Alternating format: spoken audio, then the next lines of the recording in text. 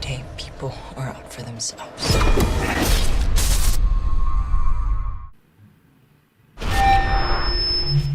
All employees, lend me your full attention. Your task is simply this. Kill 3 of your co-workers, or we will kill 6 others. Begin. Carnage, chaos, and corporate corruption. This is definitely a business.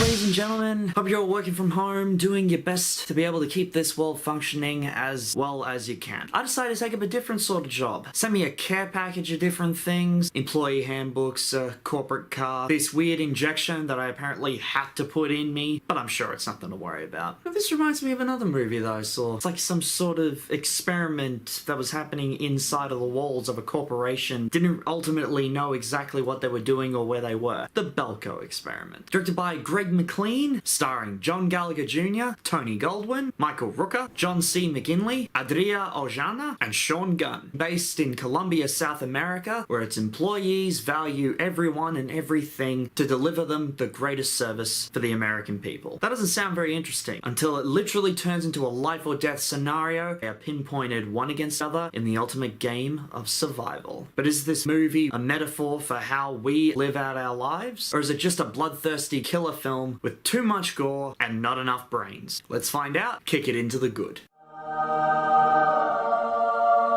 Majority of the characters that are in this are given their own amount of screen time, who they are, what they do, why we should care about them, basically anything else that we need to know. They could be just minor ones or even the main characters. They show that depth in such a short amount of time, you do feel for them. The way of showing a typical morning at work. Everyone turns up a little bit tired from the night before, wake up early as anything, and when they do, they're happy to see their smiling faces, what they've been doing with their families, their kids, and it feels like a real corporate office. So when the tone changes, things go from light-hearted humor to balls to the wall insanity. The reactions are quite genuine. This, to me, is the best way of showing corporation in a movie. Everyone reacts appropriately, freaking out. Some of them are panicked, others are trying to stay calm. The CEO does exactly what he should be doing, keeping a level head, putting all of his employees above everything else. You honestly don't see that when it comes to these movies, because everyone starts panicking and freaking out and losing their minds, and suddenly there's a gun that's gone off.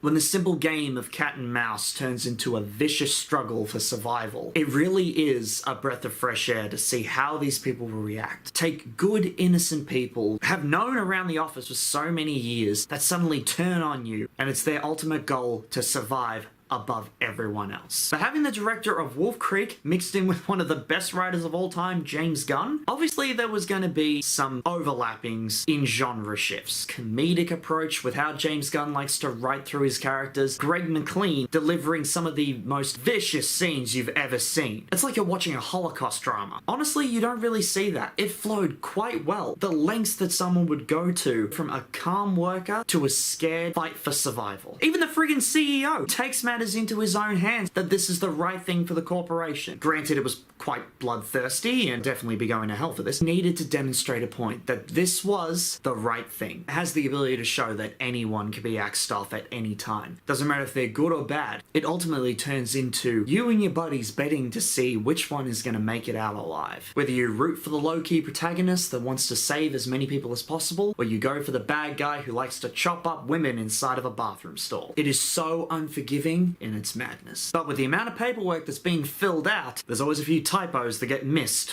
while publishing.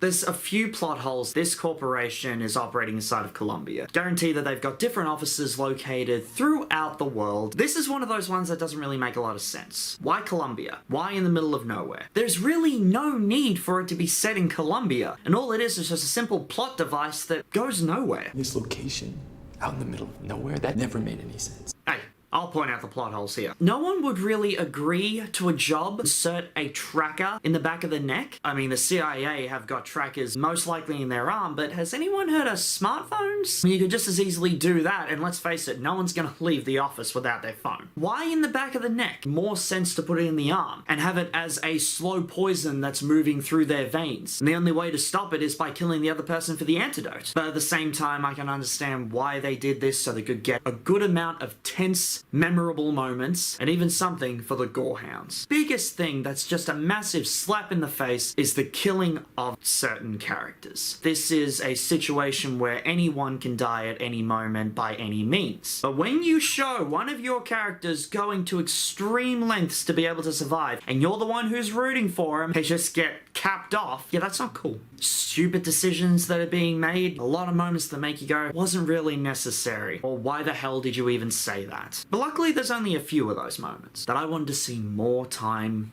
with each character. There are certain ones that are given enough screen time, but there are also other ones that seem to be put at the forefront and don't really have a lot to offer. Or they show them about halfway through the movie and then we're supposed to care for them. The movie only goes for an hour and 45 minutes. And it is perfectly paced. At the same time, I wanted just that little bit more. Funny thing is, I fucking loved it. There have been a lot of people who have reviewed this, didn't have the right tone, where it would go from black comedy to violent as hell. All I could see was the correct way that it would do it. Each humorous moment, they didn't know how else to react, how else to present themselves. It definitely nailed the corporate way of life, how people would react, and especially how humans would cope in this sort of a situation. Yeah, there were a lot of issues, yeah, there's a lot of problems. Whatever your opinion, whatever your decision, can't deny with the amount of plot holes, this is definitely one explosive film. That's why the Belko experiment gets.